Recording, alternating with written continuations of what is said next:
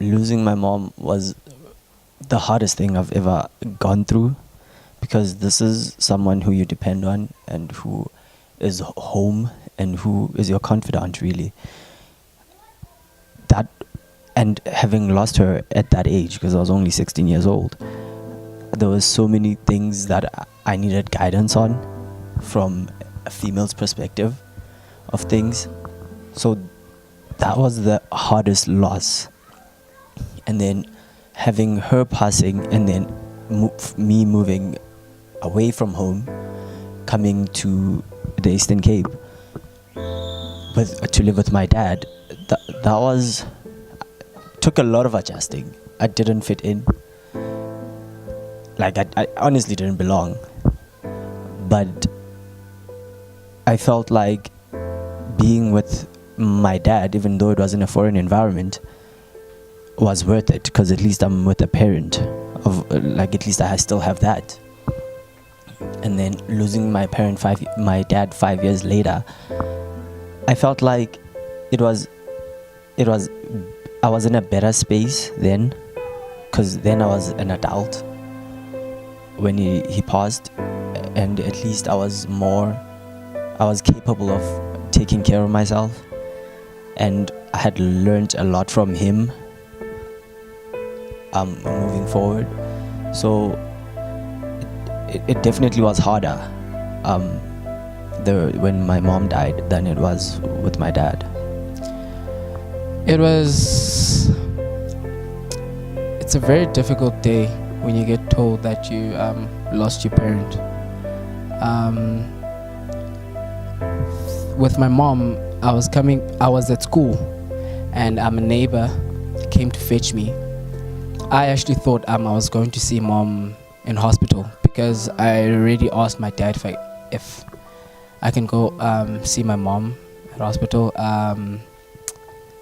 But then we went home thinking that I was actually going to go change, And then I saw cars, and then I knew something's wrong. I went into the room. My grandparents were there, and they actually broke the news to me that my mom passed away. It was a similar way too when they actually told me that my dad passed away. They called me into my room and actually told me that my dad passed away too. 2004, that's the year that my father died. She got a phone call early in the morning. I think it was around about 4 a.m.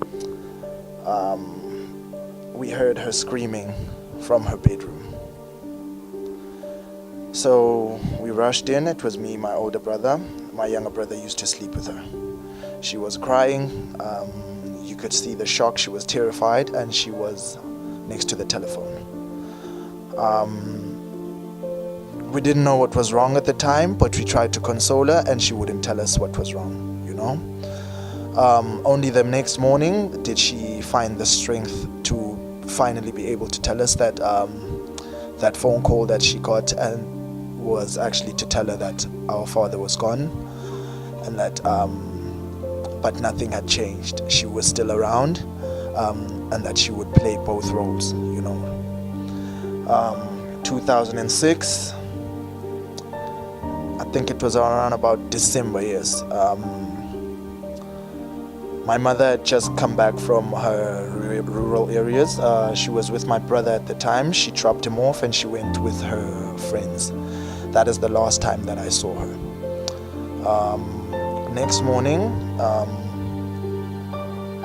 comes in my grandmother. She's here with my uncle and some of our cousins. That is when we found out that she had actually gone, because the emergency number on her phone was actually her mother's. So at that time, nobody could call us at the time that it actually happened, but it was actually an accident. Yeah, that's how we found out about that too. I mean, I've always been a mama's boy from back then, like from childhood. And even when my younger brother was born, I didn't feel like the dynamics between my mom and I didn't change. So when she died, because I felt like I was always like the closest to her, and I felt like it was more for me.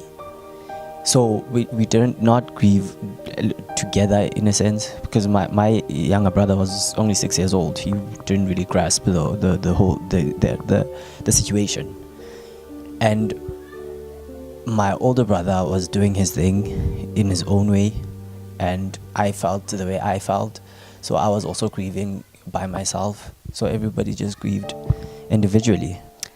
Grieving is a different process for different people. What I went through was a bit different. I feel like I lost myself. I acted a bit out of character, and I did weird stuff, but I think it was all part of my grieving process. I think I changed a lot, but it was only for like a year, and then I found my feet again. Well, as a person who has lost both parents, I would think that it doesn't really get better, but you learn to live with it. You tolerate those feelings. Sometimes you even have to hide them from yourself, just in order to carry on, So embrace the people that are around you. Take some time to yourself and just grieve in a proper manner, and then let go. After being told that your parents have actually passed away, you're bound to actually have a conversation with your siblings as to what next. So we did sit down, me and my siblings, and actually talked about what's actually going to happen from now on, and what we're going to have to do, like what we're going to have to handle, all the formal stuff, things around the house, studying, just all the stuff that we have to actually look into.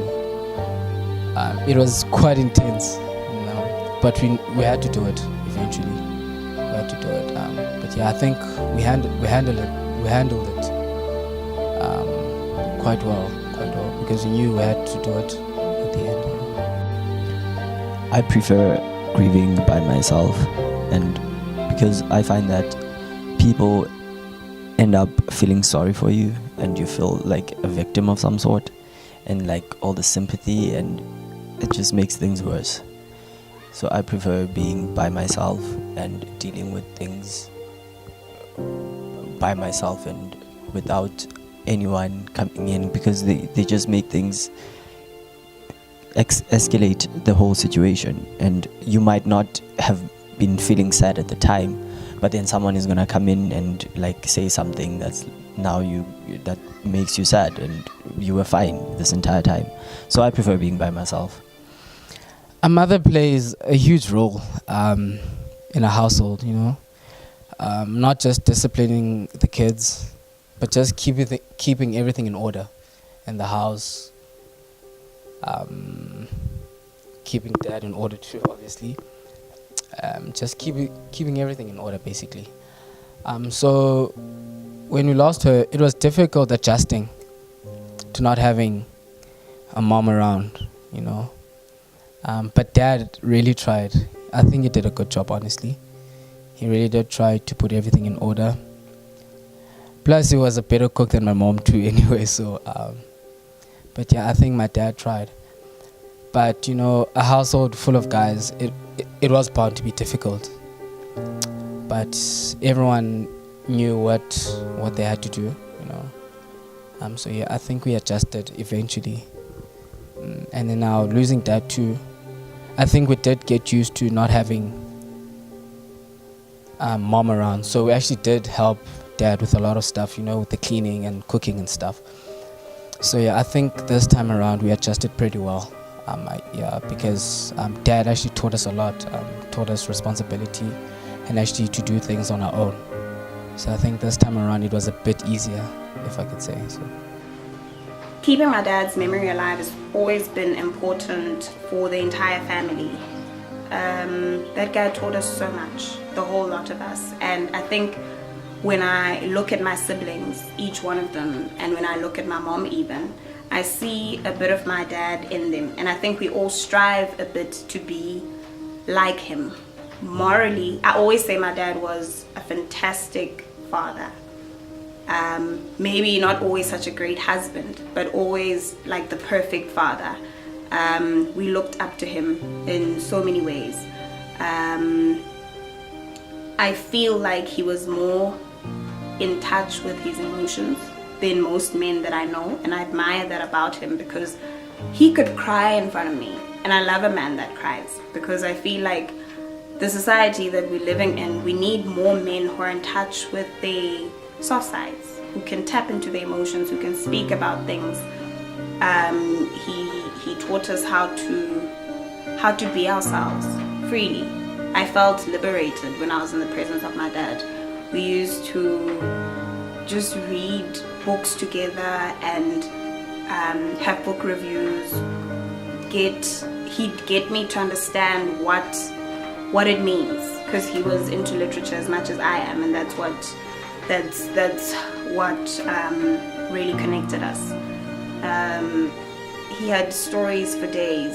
He even started writing this book of his that we often refer to from time to time.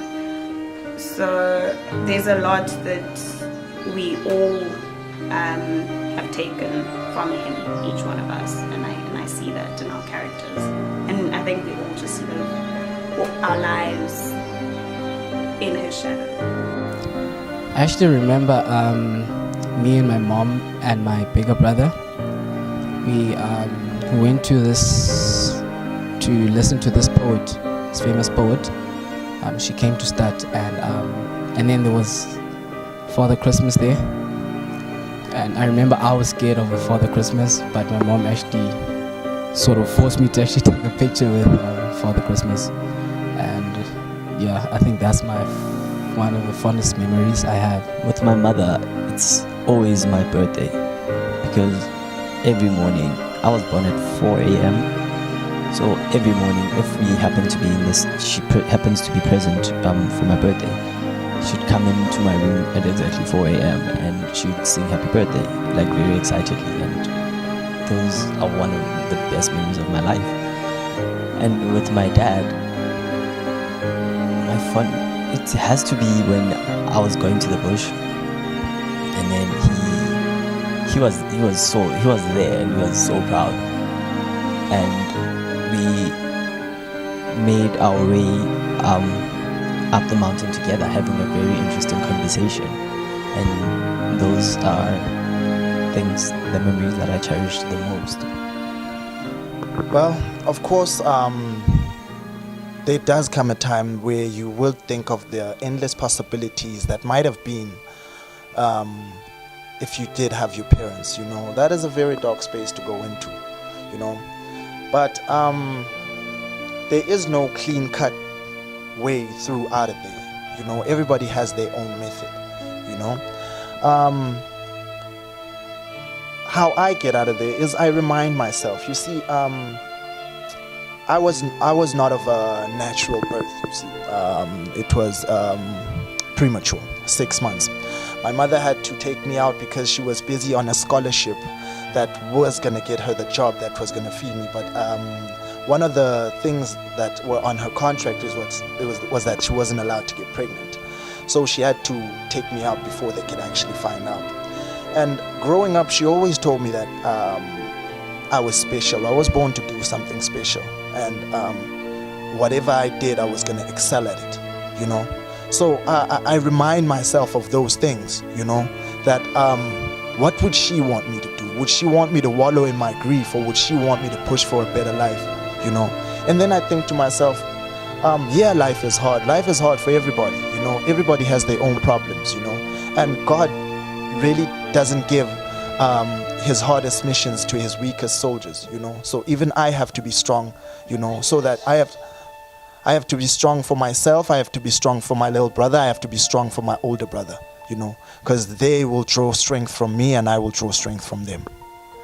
My mom has taught me strength and taught me to value women And to this day, I will not disrespect a woman because I know how vulnerable they are, but also how strong they are, having been raised by her for the majority of my life. That's the one thing that it is installed in me. With my dad, it has to be the fact that humans are not perfect. And when you love someone, you take them with their imperfections and you just try and make it work. One of the big lessons I've actually learned from my parents is to be strong, because my mom actually had cancer when I was born, and I only figured that out the year she passed away. And my dad also had diabetes, and I also figured that out last year too. So I think the one thing is actually being strong, because they didn't show signs as the years went by. They were always strong. They went to doctor's appointments without us knowing. They just, I don't know, I think they didn't want us to be all depressed or something, I don't know. So I think one thing that I actually learned from both of them is actually being strong. And from my dad, I think it's perseverance, because he comes from humble beginnings, being the only child to actually study while the others chose not to. He pushed and pushed and pushed, and eventually he made a name for himself, built a home for himself, and had a good career. So I think the one thing I also learned from my dad is perseverance. Yeah. Now, as a child who's been orphaned, having gotten the chance to know his parents, and what values they stood for, what was important to them, I think there will always be that pressure to want to achieve what that they would have wanted for you. Maybe it might not be in the manner that they would have wanted it for you, but even then, whatever you want for them will also benefit you. So even if you want it for them, it benefits you. If you want it for yourself, it also benefits them, because wherever they are, they will be proud of you, and they will love you either way, whatever you are in this life. When I lost my mom, I wouldn't say I was a problem child, but it was difficult, And when my dad was around, he always used to basically say, my mother wouldn't like this with my actions, he would always refer to my mom, and I always used to feel guilty, because I actually knew also that I don't think I would have done such things if mom was around. So it was difficult. It was difficult for me, because my mom, she was the strict one between my parents, and she was the one who usually kept me in line most of the time. So yeah, it was tough being guilt-tripped in a way, but I also had to grow up and actually realize what's right and what's wrong without being told or being guilt-tripped in a way. Yeah. When I lost you, I was the most broken I've ever been. It felt like the world would stop. I struggled to face reality, but I would like my parents to know that I'm okay. Being the last born, I'm sure people think that I'm struggling and stuff, but I really would like my parents to know that I'm actually okay.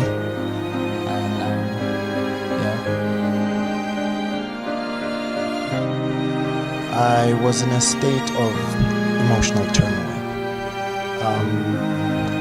you see, as a child, you process things differently, you know.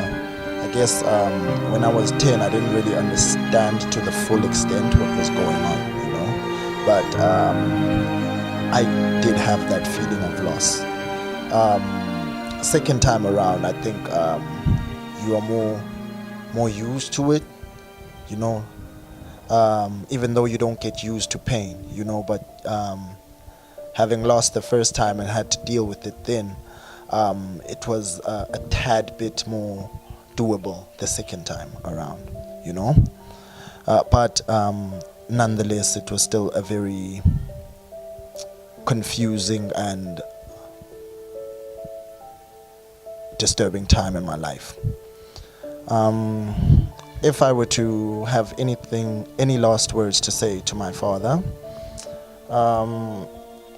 I'd tell him that Tata, unyanako indoda yomxhosa, athi enkosi yamakhomazi siyamthanda lo mntana kuba sisonke siphelele. He'd understand that. To my mother,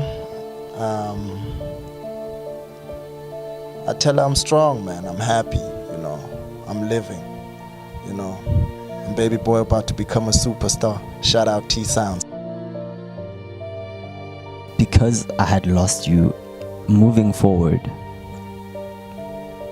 I have become strong, and I've learned to lean on myself, and I have learned a lot even about myself, things that I would never have known, and my own strength and my own capabilities as a human. And thank you for the love. Thank you for sticking around for as long as you did. And I appreciate you and I love you. I came to terms really fast with the loss of my dad, also I thought. And for the longest time I think I was just kind of getting by. But then I only really dealt with my emotions and feelings once I got to a space where I was on my own in varsity. And there I could have introspections and sit down with myself and deal with my real emotions and feelings. And that's how now I've moved from that dark place into a place of light, where I can have conversations about my father. In fact, I want to have conversations about my dad. We're at home. We like to go back in time and just laugh about silly things that he was a part of and just celebrate his life.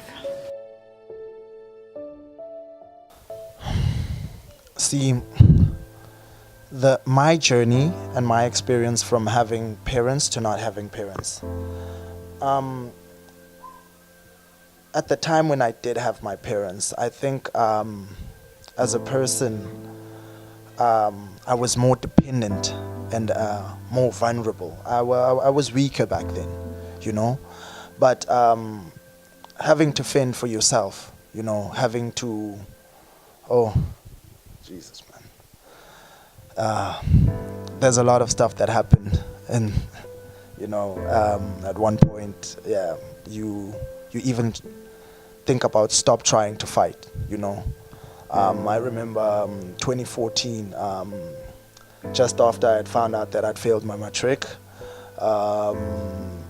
When I came back to school, I felt like I had no one and I was completely alone. At one point, I even felt like committing suicide, you know, but having friends there, you know, people to build you, and with the gift that the God has given me, you know. When I picked up the pen, it all felt easier, you know. Being able to write your feelings down, you know. At first it was just poetry, you know. But my friends taught me and told me that it would be better if we took that to a beat, you see. So those are the things that strengthen you. It changes you as a person. You think differently, you act differently, because you are entirely a completely different person. You are reborn once you experience that amount of loss in a short space of time, you see. So you have to learn to live with that quickly. I mean, the one person who did try and soothe that transition was my aunt, and even she passed away 3 years later. So even then, I still had to find the way to graft my way through. And even today, I'm still grinding. I'm still working on it. I'm not done. I'm not perfect, but it will get better.